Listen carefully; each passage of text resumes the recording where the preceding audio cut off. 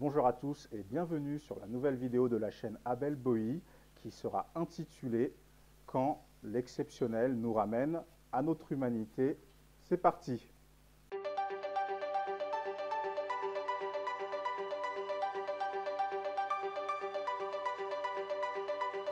Alors, il est vrai que lorsque je vous avais présenté la première vidéo qui parlait du lancement de la chaîne, je m'étais interrogé sur le pourquoi l'exceptionnel nous ramène à notre humanité et j'avais parlé effectivement du retour au premier plan de l'hôpital, du personnel hospitalier, comme représentation justement de ce retour à l'aspect humain de notre société, de par le fait que par cette pandémie du coronavirus et par cette situation de confinement, nous avons été arrachés à notre quotidien pour revenir aux bases et aux réflexions essentielles, voire existentielles.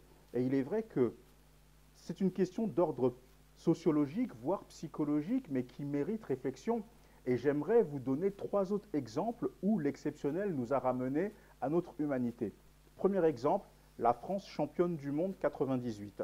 Là, nous sommes dans un fait exceptionnel positif, mais il est vrai que pour toutes les personnes qui ont pu célébrer, festoyer ce magnifique trophée que nous avions pour la première fois dans l'histoire de notre football, il y avait une phrase qui ressortait, si vous vous souvenez, c'était formidable parce que tout le monde s'aimait.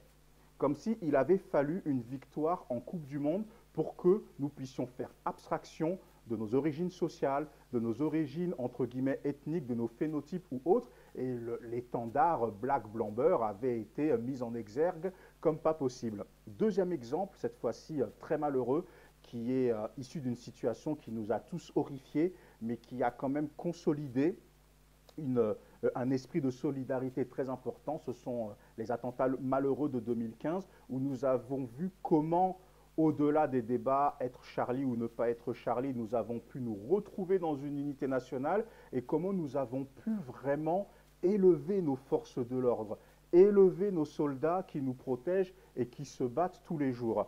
Et troisième exemple, qui est actuel, la situation de la pandémie du coronavirus avec la situation du confinement, nous voyons comment effectivement l'hôpital, notamment le personnel hospitalier, retrouve, je dirais, ses lettres de noblesse dans la psyché collective, notamment par la manifestation de ces acclamations que nous voyons tous les soirs de la part de nombreux Français à leurs fenêtres pour encourager justement ce personnel qui se sacrifie tous les jours pour nous et qui risque sa vie pour que le plus grand nombre puisse être guéri.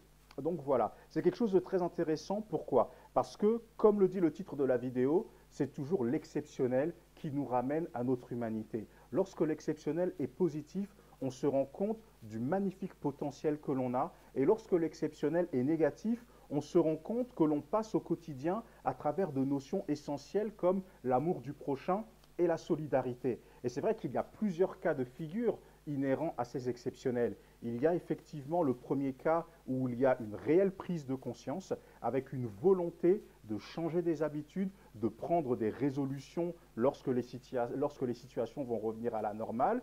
Il y a le deuxième cas de figure qui est, je dirais, une sorte de suivisme où il y a une prise de conscience mais pas tout à fait décisive. On est plus entraîné par un mouvement de foule, un petit peu comme un effet de mode, mais on n'est pas sûr des résolutions qui vont être prises lorsque les situations vont revenir à la normale. Et puis, il y a le troisième cas, celui, je dirais, quelque part de l'hypocrisie, c'est-à-dire la personne qui veut sauver sa vie à tout prix, qui accepte de rentrer dans un mouvement qu'il considère éphémère et qui, une fois que la chose sera passée, retournera têtu comme une mule dans son quotidien, quoi qu'il en coûte, sans prendre en compte les risques et surtout sans tirer les leçons et les enseignements de la situation exceptionnelle qui viendra d'arriver à son terme. Donc j'ose espérer que la majorité des Français se retrouvent dans la première situation, mais le cœur de l'homme étant ce qu'il est, nous espérons qu'au sortir de cette crise, nous pourrons avoir effectivement pris les enseignements et adopter des nouvelles habitudes qui permettront justement à l'être humain de pouvoir mieux s'émanciper de façon plus équilibrée dans la société dans laquelle nous vivons.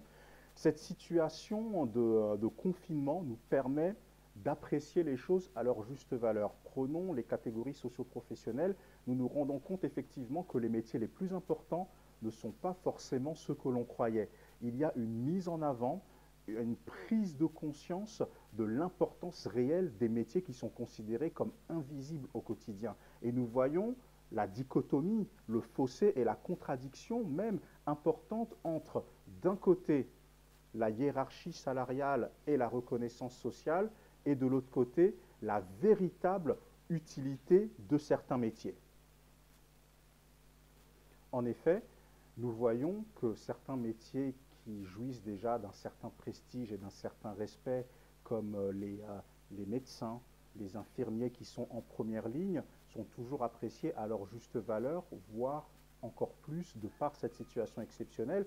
Mais nous voyons qu'il y a plusieurs métiers, ceux qu'on appelle les métiers du care, c'est-à-dire le soin, le prendre soin, les aides à domicile, les auxiliaires de vie, ou les métiers du nettoyage, du transport, de la production, de la livraison, qui comprennent les caissiers, les éboueurs, les transporteurs ou autres. Donc nous nous rendons compte que les métiers que l'on croyait les plus importants dans une société civilisée ne sont pas ceux que l'on croit. Et il est, je dirais, intéressant de voir comment les métiers où nous avons les plus gros salaires, ou vraiment les métiers qui sont vraiment l'incarnation du capitalisme effréné, les métiers des puissants, sont pratiquement portés disparus, si je voudrais apporter une teinte provocatrice à cette vidéo. Donc il est important de pouvoir réaliser que ce qui fait une société civilisée, effectivement, ce n'est pas cette course effrénée au capitalisme, mais c'est tout ce qui fait qu'aujourd'hui, nous puissions être dans des rues propres, des conditions sanitaires et de santé exceptionnelles, et que nous puissions être livrés et que nous puissions être servis comme nous le voulons. Donc merci à tous ces métiers invisibles au quotidien, à toutes ces femmes, à tous ces hommes qui font des métiers invisibles et qui font souvent partie des salaires les moins élevés aussi. Voilà, quand on parle de certains métiers qui sont considérés comme dégradants, mais aujourd'hui, on se rend compte, lorsque on commence à revenir à l'essentiel, que ce qui a l'air dégradant, que ce qui ne fait pas rêver est essentiel, et que c'est ça qui fait qu'aujourd'hui, la France peut être considérée comme une nation puissante et comme une nation développée. Et c'est la même chose pour toutes les sociétés développées. S'il n'y a pas ces employés du care, s'il n'y a pas ces sociétés de transport, de nettoyage, de livraison ou autres, sans oublier les métiers de la manutention, notre société ne pourrait pas avoir le label société civilisée. Ces activités sont les plus importantes pour la vie et la survie d'une société développée. Alors, il y a autre chose dans cette situation exceptionnelle qu'il est important de pouvoir réaliser par rapport à notre condition humaine, c'est que cette situation de confinement accroît les inégalités sociales. Nous voyons le problème du mal logement en France qui est très important, que ce soit d'ailleurs en zone rurale comme en zone urbaine. Et nous voyons qu'effectivement, lorsque vous vous retrouvez, pour les personnes qui se retrouvent dans un logement très petit, des fois seul, mais des fois avec toute une famille, 4, 5, 6 personnes, la période de confinement qui est déjà d'une violence psychologique pour nous tous, l'est encore plus pour ces personnes-là. Parce qu'il n'y a plus la possibilité de sortir, il n'y a plus la possibilité de s'aérer l'esprit, et il est très important que ces sorties permettent justement de pouvoir s'échapper, de pouvoir oublier les injustices auxquelles ces personnes sont confrontées pour les unes, les inégalités sociales, ou sinon les statu quo, l'échec par moment. Donc c'est vrai que c'est très difficile, et vraiment je voudrais apporter un mot d'encouragement. On peut voir aussi qu'il y a eu parmi certaines personnes qui veulent faire des polémiques, c'est vrai qu'il semble que le ministère de l'Intérieur ait pu donner comme directive à certains éléments des forces de l'ordre de faire preuve de discernement en ce qui concerne certains quartiers populaires, notamment lorsque les éléments ont affaire à une certaine jeunesse qui peut se retrouver toujours à être dans les rues ou autres. Alors, c'est vrai que j'aimerais apporter une nuance à cela. Bien entendu qu'il faut que la règle soit appliquée pour tous, et je pense qu'elle est appliquée pour tous. Mais justement, faire preuve de discernement n'est pas faire preuve de laxisme, comme j'ai pu l'entendre sur certaines chaînes télé, et toujours par des éléments venant d'un parti politique que je ne veux pas nommer. Faire preuve de discernement, c'est prendre en compte l'humanité de la personne, l'humanité dans sa condition de vie, l'humanité dans sa perspective de développement et dans sa perspective d'appropriation de la distanciation sociale qu'on nous a demandé et de la période de confinement.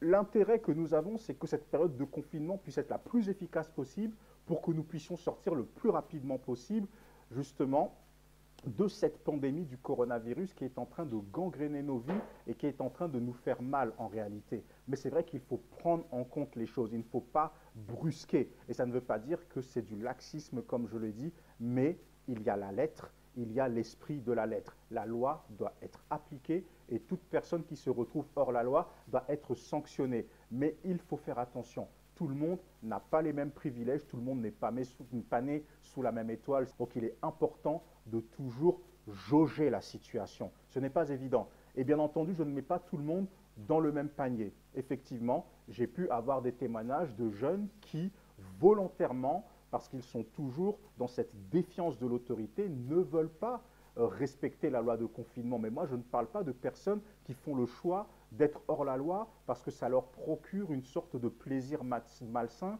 ou une image de caïd dans le quartier où ils habitent. Je parle vraiment de personnes qui sont dans la difficulté par rapport à la problématique du mal logement qu'il y a dans notre pays et qui ont besoin de pouvoir s'échapper, sinon ils vont, excusez-moi l'expression, péter un câble. Parce que le confinement dans des conditions de logement très difficiles, c'est être tous les jours face à un échec, face à une injustice, face à une situation de statu quo, voire face à une prison. Certains peuvent le vivre de cette manière. Donc il est très important de toujours mettre l'humain au centre des débats. La loi pour tous, pas de traitement de faveur, mais on n'oublie pas la dimension humaine. Lorsque l'on parle du mal logement, on peut parler aussi des personnes qui sont sans domicile fixe ou sans abri, qui pour certains se retrouvent dans des lieux d'urgence, mais dans des conditions sanitaires qui sont très difficiles. C'est important, encore une fois, de pouvoir penser pour eux, parce que c'est vrai qu'il y a des associations qui se battent au quotidien, tant bien que mal.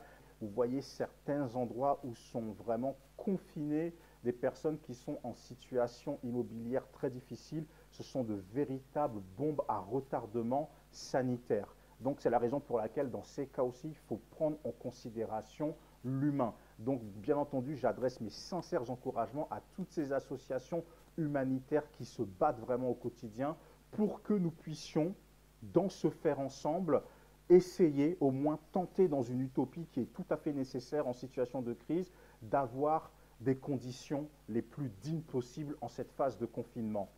Et vous savez, lorsque l'on parle de la violence psychologique inhérente à cette situation du confinement, elle nous touche tous, mais effectivement, il y a le problème de logement, mais pas que. Lorsqu'on parle des violences faites aux femmes, nous voyons que les violences conjugales ont augmenté malheureusement. Lorsque l'on parle aussi des violences sur mineurs, nous voyons que malheureusement, ce sont des situations qui sont très difficiles, qui sont vraiment très, très, très difficiles. Donc une pensée pour eux et pour toutes ces personnes, que ce soit des actions individuelles, que ce soit des organisations associatives, que ce soit des ONG qui sont engagées au quotidien sur ces questions, parce qu'il y a des personnes qui souffrent réellement. Il est important de rappeler les chiffres. Un pays développé comme la France est un pays où une fois tous les 2 à 3 jours, vous avez une femme qui meurt sous les coups d'un homme, et une fois tous les 4 à 5 jours, vous avez un enfant qui meurt.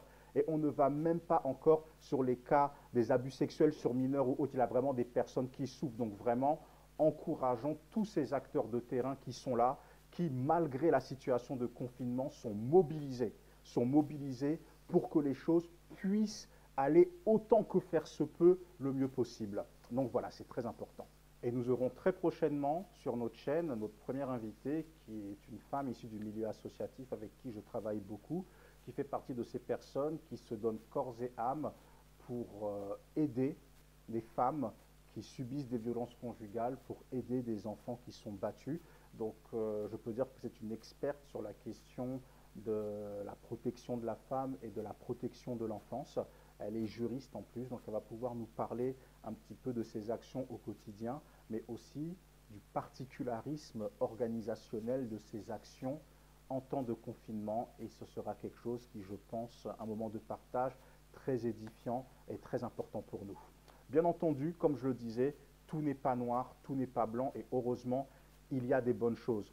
Je pense à l'ONG Young Charity. C'est une structure composée de jeunes bénévoles qui, chaque jour, apporte des denrées alimentaires à des centaines de familles qui sont dans la difficulté la plus extrême et qui apporte aussi des packs alimentaires et sanitaires à des personnes qui sont isolées et qui sont vulnérables, des personnes âgées, des personnes en situation de handicap qui malheureusement sont seules, qui malheureusement n'ont pas de famille et qui sont livrées à elles-mêmes au quotidien. Donc voilà, que ce soit l'ONG Young Charity, vraiment big up à vous, ou à toutes les autres structures, à toute personne qui se lève pour faire du bien à son prochain, vraiment bravo à vous. Et bien entendu, comment ne pas penser à cet exemple public, mais qui nous fait du bien, le professeur Raoult, qui vraiment a défié l'intelligentsia, la doxa des lobbies médicaux, pharmaceutiques, politiques, pour apporter un début de solution essentielle vraiment à cette crise du coronavirus pour pouvoir faire en sorte que vraiment l'hydroxychloroquine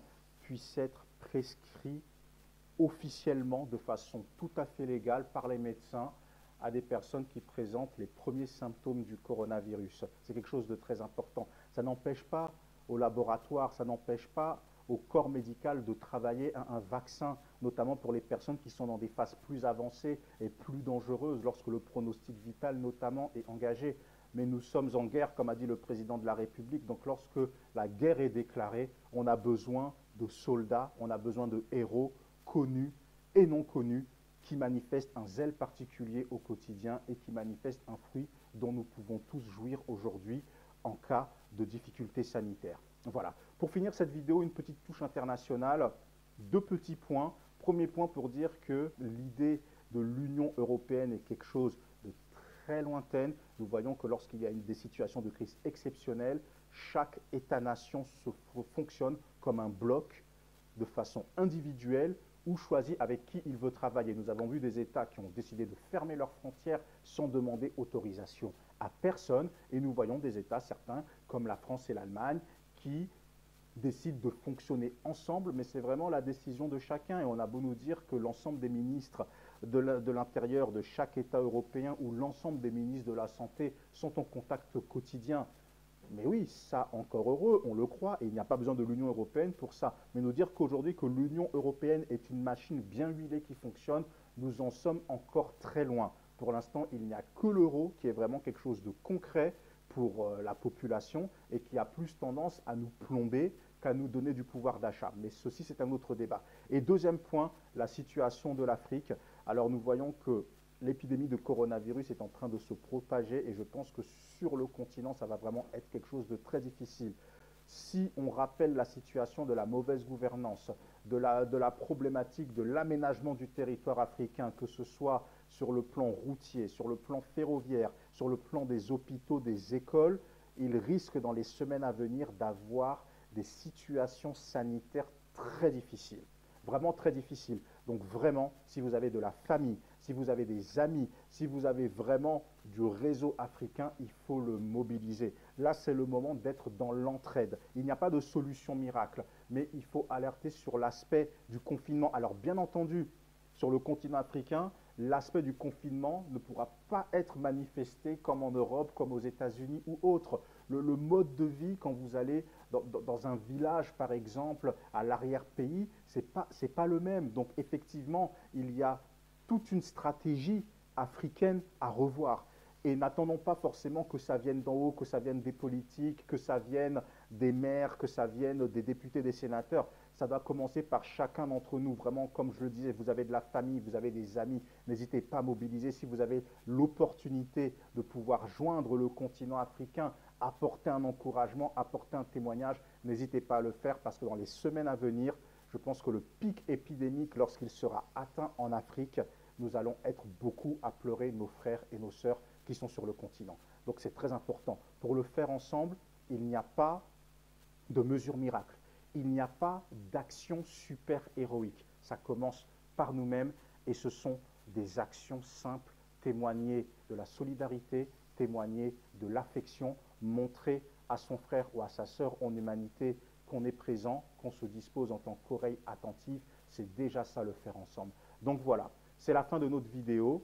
N'hésitez pas à dire ce que vous en pensez. N'hésitez pas aussi à apporter vos témoignages. Comment est-ce que vous vivez le confinement? Comment est-ce que vous organisez une chaîne de solidarité autour de vous, que ce soit au sein de votre cocon familial, que ce soit avec vos amis, avec vos proches, qu'ils habitent en France ou qu'ils habitent à l'étranger? N'hésitez pas à donner vos témoignages. Et comme je le disais, très prochainement, nous aurons notre premier invité sur la chaîne qui est une personne, une femme qui est engagée associativement sur la dimension de la condition de la femme et notamment les violences faites aux femmes et les violences faites aux enfants, qui va pouvoir nous témoigner, nous parler de son activité, mais nous expliquer comment est-ce qu'elle arrive à s'organiser pour continuer à travailler dans ces temps de confinement. Et n'oubliez pas une chose très importante, mon dernier ouvrage, Qu'est-ce qu'être français? Que vous pouvez vous procurer, non plus en magasin ou en librairie puisqu'ils sont tous fermés, Fnac.com, Amazon, Cultura, des sites, toute plateforme où il est possible de se procurer un ouvrage, que ce soit par livraison physique ou que ce soit par e-book.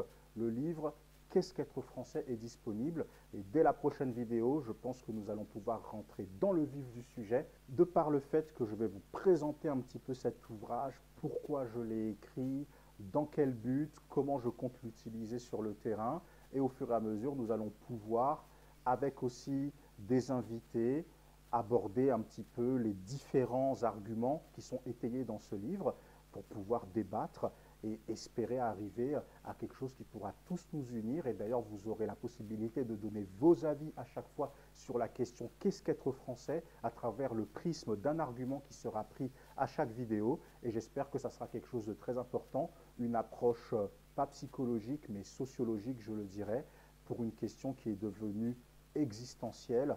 Qu'est-ce qu'être français? Une si française question. Voilà, c'est tout pour aujourd'hui. Vous pouvez partager, liker, dire ce que vous pensez, vous abonner à la chaîne. Je vous remercie parce que vous êtes de plus en plus nombreux à suivre celle-ci et j'espère que ça va continuer de façon exponentielle. Je vous dis à très vite pour la prochaine vidéo. Bye.